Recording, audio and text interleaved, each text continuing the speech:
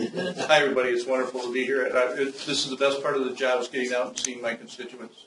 We have two rules in our office. Second rule is take care of our constituents. So hopefully you've seen our mobile office out there. Anybody? Where's it at? It's in, what, Clawson today? This week? Bluefield. It's in Bluefield. It's been a great success. We've had, on average, anywhere between 5 and 25 people visit. And we're helping everybody out with any federal issue they have. And our team so far have done a great job. We've won an award, Constituent Award, right? It's in our office. I think that's a great thing. It's a step in the right direction, getting out there and listening to people. God gave me 2 ears and 1 mouth so I can listen twice as much, right? And, before I went to Congress, I took a course. It's called Government Accounting 101. It's how you tell the story. Are you familiar with that? Right? No. Okay, well, let me, whoop. Here, I got it. No problem. Thanks. Here's how it works. You got 3 guys walking down the street. They're tourists, right? They each got $10 in their pocket. Now, follow along. Some math is involved. 3 guys. They each got $10 in their pocket. It starts to rain. So they decide to get a hotel room for the night. And the 3 guys go and get a hotel room, and it's $30 a night. So all they have is $10 each. So they pool their $10, and they get the hotel room. After they're in their room, the manager of the hotel realizes he charged them too much. So he calls over the bellhop and he says, here's $5. Take this $5 back to the 3 guys in that room. On the way out, the bellhop puts $2 in his pocket. He gives each of those 3 guys $1 back. So if they each contributed 10 and they got $1 back, how much did they each end up contributing? 9. 3 times 9 is 27. plus 2 in the bellhop's pocket. 29. Where's the other $1?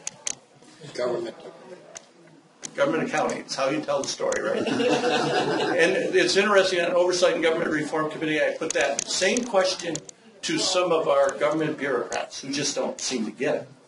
And Chairman Issa, he was as confused too. He says, where's the $1? And I said, well, that's what my citizens or my constituents are asking. Yeah. But it's not $1, it's where's the billions of dollars going? Yeah. And we're finding out on Oversight and Government Reform. I'm very honored to be on that, and I'm having a lot of fun because, it's been a dream of mine to kick the butt of the IRS for 40 years. And that's what we're doing. They are coming up here, they're asking, or as you know, they're selecting Tea Party groups and not giving them their proper credentials to become whatever it is, 501c3, C4, whatever it is, right?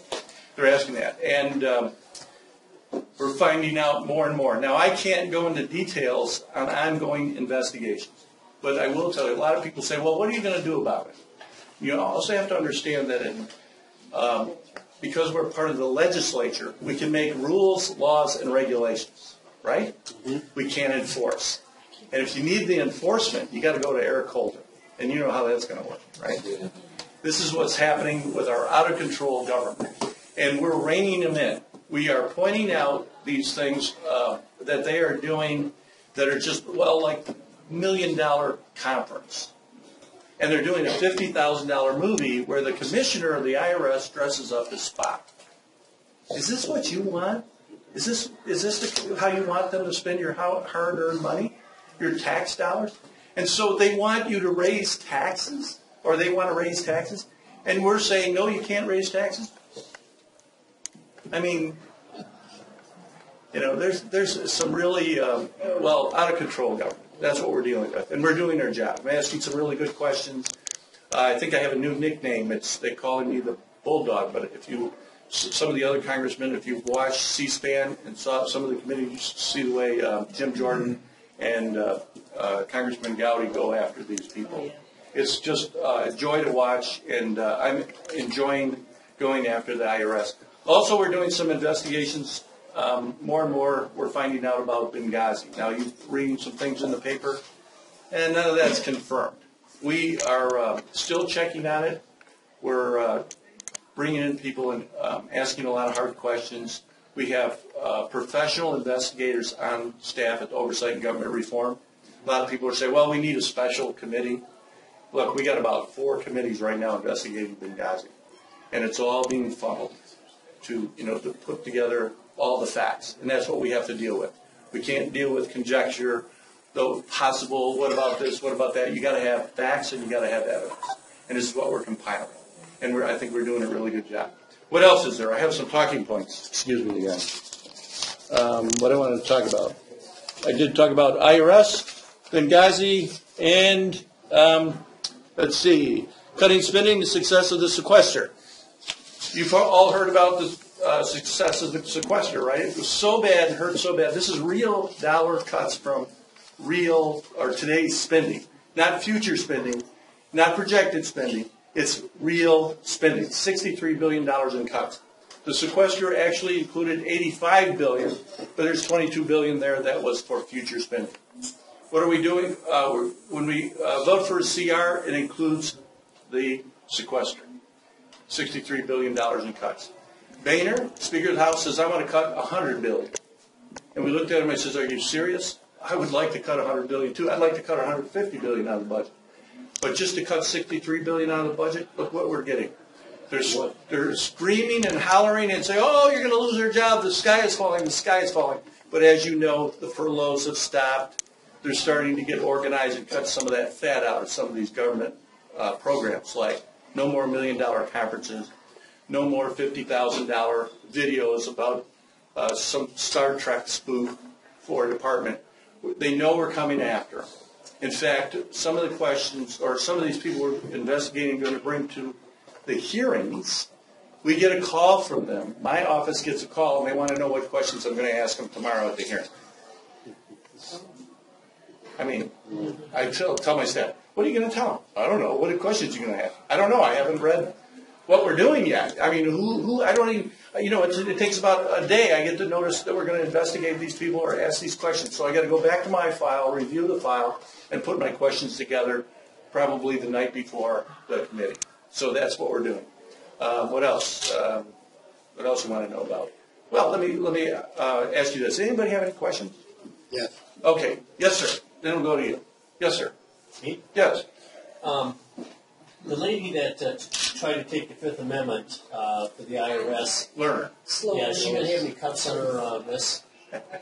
Well, as I said before, our job is to oversight government reform, to investigate, legislate, regulate. We don't enforce. What I do know is some people have been told, find another job. Why is she on the payroll? She's still getting paid.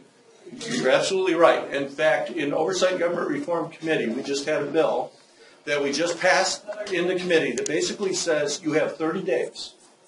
And you have 30 days. You can, if you're under investigation for, and there's some types, we've spelled out the types of investigations, you can only get paid for 30 days. So they've got to act, and we got to act. So that's going to be changed if it passes the Senate and passes the President signs. And that's pretty tough. We can legislate. We've done the legislation. Whether it passes the Senate and the President, that's a whole different question. The other thing we've done is we've in the committee, we asked some questions like, did you get a bonus?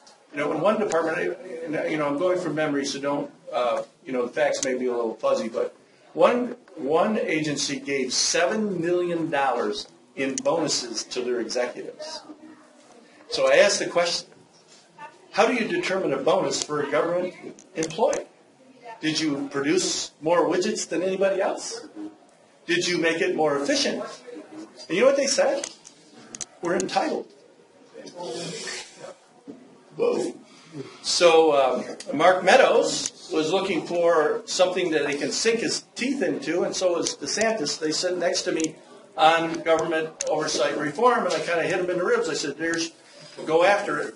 And so they have a bill that basically limits bonuses for government employees, and it's going to spell out exactly how you get one. And this is one department, $7 million. Anybody get a bonus in here last year working for who you work for? You did? Oh, okay. One person. Well, this is what but the thing that scares me the most is they said, we're entitled. That's a hard thing to swallow. How is a government employee rated? And I asked for that information from each of the departments. And that one department has given me the outline that determines how an executive in a government department can get a bonus. So it's like they're entitled. Okay, we had another question. It was a good question, by the way. Thank you. Yes. Yes, Kerry, and I'd like everybody to hear what I have to say. There are some issues that involve our health and our life that we need government to take control and to do something about them. I hear it all the time from people. As you know, I have meetings, and I've been around doing a lot of work, with constituents of Kerry's. Those issues are very important to us, and something needs to be done. Can everybody hear me? Okay. Anyway, the first one, and I've talked to Kerry about this, is chemtrails. Since the early 50s, there are literally scores of patents in the patent office on geoengineering and cloud seeding. And cloud seeding was originally, and you look at the patent, it's called aluminum oxide that they're putting into the atmosphere.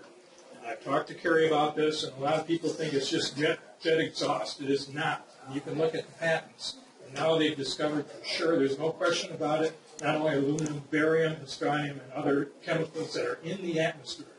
We need government to do something about this because we're breathing this stuff every day. The second issue is GMO labeling. We don't want to eat foods that have genetically modified ingredients in them. We need something to be done about this. And the third issue is smart meters. Smart meters are definitely putting out radiation that's harmful. They are privacy invading. And we need the federal government to do something about it. My question, Kerry, is are you going to introduce legislation to stop the chemtrails, which, by the way, in 2001, Dennis Kucinich introduced legislation and it was killed because of the lobbying against it. The second is GMO labeling. Will you introduce legislation? That's a good one. To put on the labels of foods, whether they are not genetically modified. And the third one is smart meters. Will you introduce legislation just to give people the choice of whether they want a smart meter or an analog meter on their home? 3. Are you going to introduce that legislation? And if not, why? Okay, good. Good. Yes, is that? I just want to add something to that. Ladies and gentlemen, on the jet planes that are flying and dumping those chemtrails, a true contrail starts at about 30,000 feet. Chemtrails are at a much lower altitude, about 15,000 feet. And if you ever look up in the sky some nights, you're going to see 15, 20, 30 of these things crisscrossing the sky all over the place. And it's modifying your life, believe it or not. Okay, well, first one was what? Chemtrails. Is that the first thing you asked on your list? Okay, first thing about chemtrails is HALT is chemtrails. Yeah, I had people in my office and I asked them what chemtrails is all about because people are concerned. So it's mostly exhaust from jets. All right. Well, next thing is, who else do you ask? Do you have a name? A department that's doing it? Is the Weather Service doing it? The answer I get is no. They're not doing it. Are there people experimenting? Well, we wouldn't know that. Who would I call? That's part of the problem. Second thing. GMO. So, GMO. Well, are you going to introduce legislation to stop the chemtrails? Well, first of all, you have to... to... question, yes or no? You can't even get them to admit there are chemtrails. Yeah. Well, let me put it this way. We're looking into it. We're asking the questions. It takes some time for the government to get back to you, especially these government bureaucrats when you know you're after them. Now, when I get to the facts and I learn exactly what this is, if there are chemtrails there, yeah, I would bring that to you and say, okay, this is what I found out. You'll be the first guy to call. Go to the U.S. Patent Office. Look up the... That's a patent. It's called geoengineering and cloud seeding. Okay, so I go to the patent office and they give me this patent. Now what? Well, you know that they're putting aluminum oxide into our... Well, if they're doing that, and there might be regulations. If they are. Okay, well, I have not received any actual proof that's happened. It's kind of like, you can believe it. Okay, then your and answer I can is say, no. Okay, thank you. I didn't say no. What I said was, and don't put words in my mouth, please. We're looking into it. We're asking the questions. So, are we going to get the right answers? Yes. If we get where it's at in the patent office, bring it to me, we'll look at it, and then I'll give you a definitive yes or no. Do not ask special interests. Ask us. I'm asking you. And I'm saying, yes, we would like Okay, to bring have- me the proof and the evidence, and I will deal with it. All right. Now, I emailed you all the proof and evidence you need. You've got the email.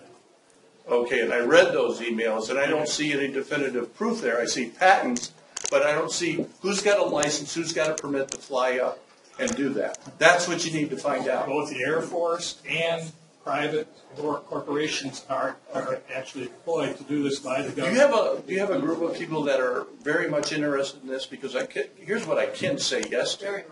We'll bring in some Air Force folks.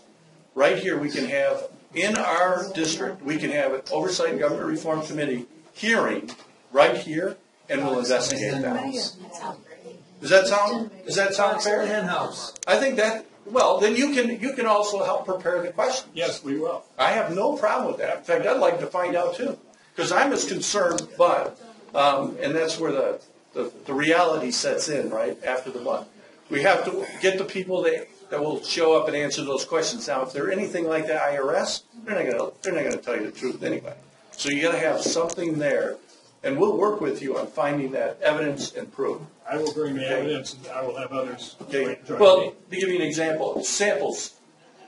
We'll find somebody that can take samples from the sky after one of these go up. It's already been done. Okay, well, There's all kinds of evidence. we'll look at it. Collecting the same. Okay, third question. Second section is GMO. GMO, that's a great one, and we're actually going to do that. That's on our agenda We list. want federal. GMO labeling, I love that idea. I We want think it it's at the great. federal level. And the third is smart meter. Okay, smart meters, I talked to the energy folks and asked them. No. Don't talk to them. Excuse me. Talk to us. Wait a minute. Excuse me? Here's the thing. He's asking a very good question, okay, and I'm explaining the answer. This is what they tell me. They do have these meters. And my question is, well, can somebody elect to not have them? And they said, yes. Well, I heard you can't. And they said, well, da-da-da-da, give me the runaround. So we're still looking at that, and if you'd like to come to Washington and sit in one of those meetings, you're more than welcome to. Bring me the... Oh, you're there to represent. That's right. Okay. And we're doing that. They're in there. Are you going to introduce legislation just to give people the option? Right now we're looking into seeing whether we have that authority or not. Yes, It could be a state issue. Not authority. You have the authority to Could be a introduce state any issue. legislation. Could be a state issue. Particularly that legislation that comes from your constituents. Okay. Could be a state issue. That's what we're looking at right now. So, okay. Yes, sir. Good questions, though. Thank you for coming in. It's nice seeing you again. As Congress, and only Congress, has the right to spend money, and the Republicans control Congress, what do you intend to do to cut out all of these excesses in spending? Well, when it says decrease, I usually vote yes on the amendment. When it says increase, I usually vote no. Actually, I think almost 100% of the time. What's the attitude of your fellow congressmen? Which side of the aisle? Well, the Republicans control Congress, so let's hear about our fellow Republicans. Okay, well, it really depends, because that was a big wake-up call. The first bill we had that came to the floor was spending $20 billion on Storm Sandy. And I said, okay, I'm going to honor this insurance. I'm going to honor it. Otherwise, it's stealing from people who paid a premium to get this insurance, right? So then that was voted down, and they voted for $60 billion.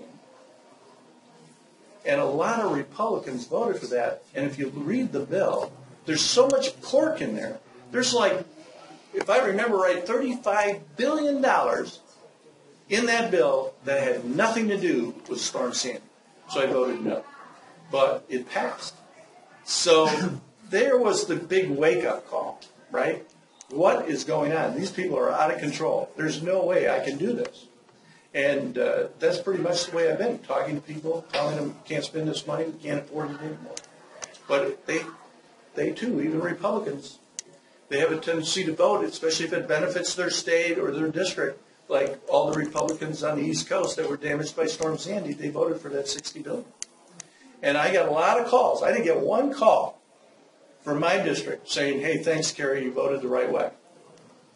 But I got a lot of calls from New Jersey, from all these states that were affected, saying, "How come you didn't do this?" You know. My other question was, I'm looking into FEMA right now. This is my one of my investigations in oversight and government reform, and where that $60 billion went. And we have a gentleman right here in Birmingham. Hopefully, he'll testify, because he was basically hired as a subcontractor under FEMA, and he's told me the story where he had to hire 3,000, I think it was, employees. In order to get the contract, he had to hire 3,000 employees that didn't do a thing. They just got a paycheck. This is where our money's going. So I asked him, I said, are you going to come, you want to come to oversight? He said, yeah, Kerry, I'll do it. You'll never get another government contract. He said, no. He wants to do the right thing. The guy's a hero. He's going to testify and tell us what really is going on with all this $60 billion that we're spending on Storm Sandy. This is our out-of-control government. I'm 1 out of 435. I voted for the Justin Amash amendment, a defense appropriation bill. We lost that amendment by 12 votes. And Justin Amash is bringing it back up on the floor. You know, a lot of people say a lot of, I don't always agree with his votes, because I have a philosophy, maybe you can help me in this decision. If a bill shouldn't be brought to the floor or shouldn't be addressed by Congress, do you vote no for the bill, meaning it goes back to the old law, or do you vote yes if it fixes it, even though it probably isn't a good bill? You have your choice between good or bad, or not good, not very good, bad or worse. So which one do you vote for? Yeah. Okay, you vote for, Real bad. You'll end up voting for, like, I asked, why can't I just vote president?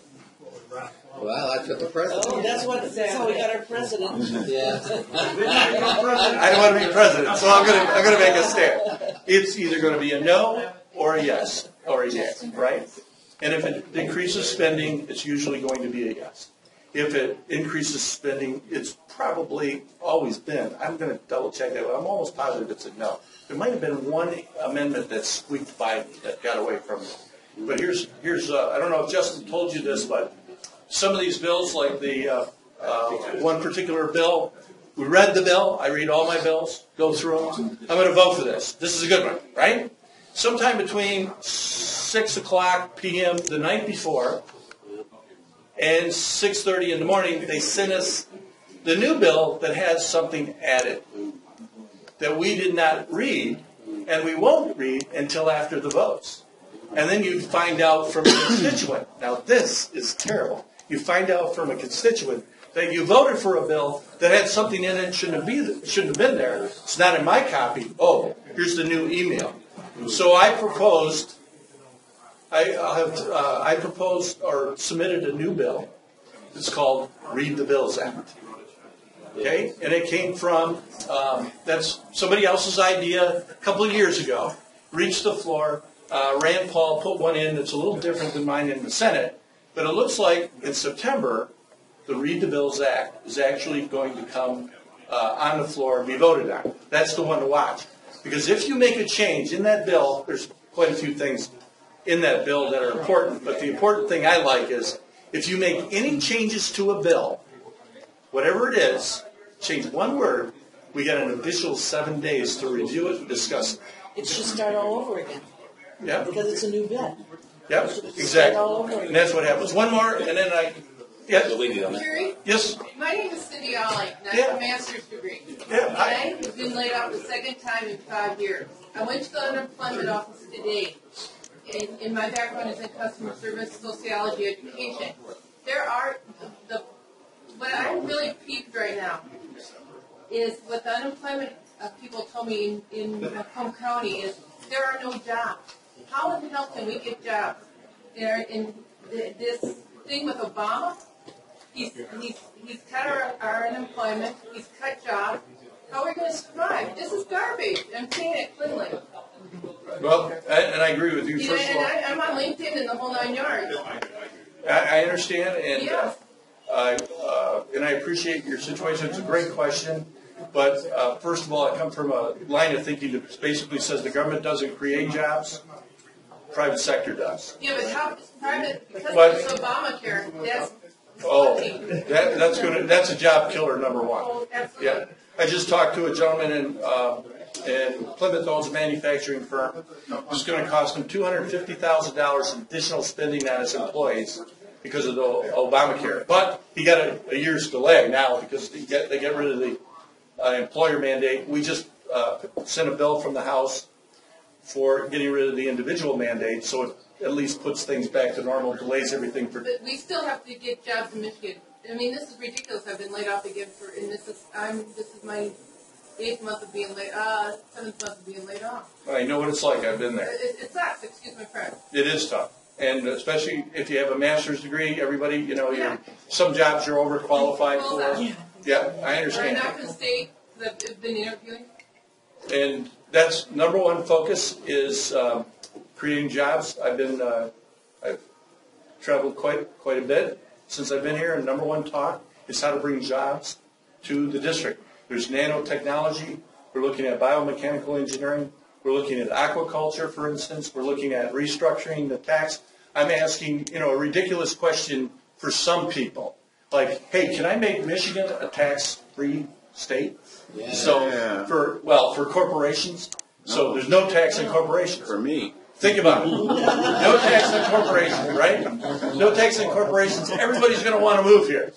And they're going to employ more people because they have more money to hire more people.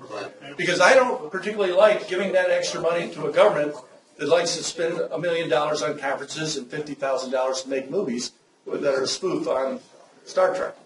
Kerry, one last quick question. Will you vote to defund Obamacare? I'm doing everything I can to do that.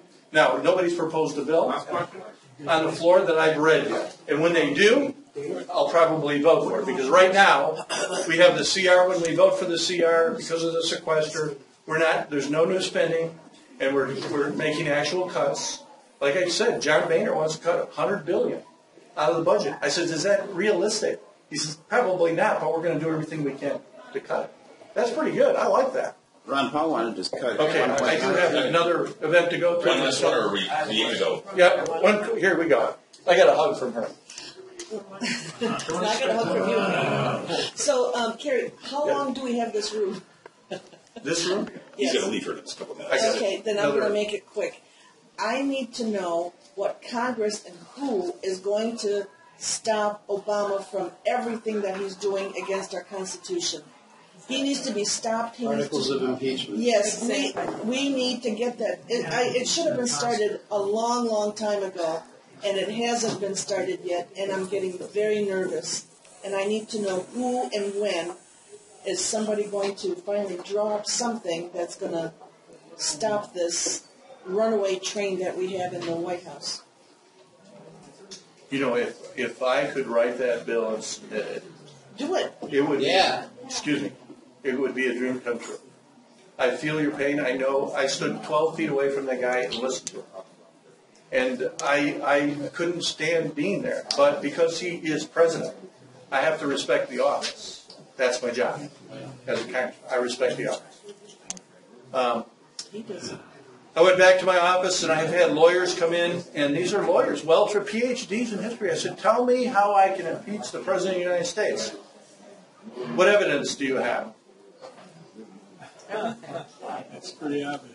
You've got to have the evidence. And on oversight, look, if I get an email from the Chief of Staff of the President of the United States, to Lois Lerner, saying that you will target Tea Party Liberty folks from getting special treatment or tax-free status, not special treatment, but tax-free status, or tax-exempt status, excuse me, whatever they're filing, and they're being pushed aside or ignored or harassed in any way, shape, or form. That's evidence. Until we have evidence, you're going to become a laughing stock if you submitted a bill to impeach the president.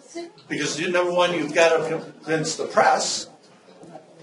And there are some people out there, no matter what Obama does, he's still the greatest president they have ever had.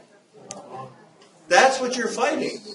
The most corrupt thing my staff is going to be upset. The most corrupt thing in Washington, it's not your congressman. Every congressman I've had, well, at least on my side of the aisle, has been up very straight and forward. We disagree. They state their case. They're voting their constituency. They don't intentionally lie to me. They will withhold some facts, but in most cases, it's because they didn't know those facts either. You know, they're reading what they read, what goes in. You know, they're taking all this in. So if you don't give them correct information, they're going to, you know, base their judgment on what they read, right? And the information they get, the white papers, whatever. I was going somewhere with this. Oh, for the most cases, every congressman that I work with, especially these freshman congressmen, have been very honest up front with me. There's never any surprises. They'll always tell you. Like Boehner knows, I'm going to vote the way I vote.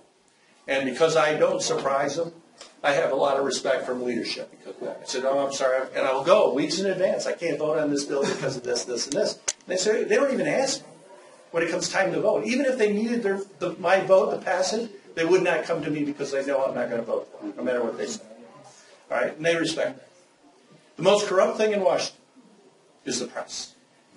You tell them one thing, and let me tell you the story. You probably heard the story about the little girl who fell in the lion's den at the zoo.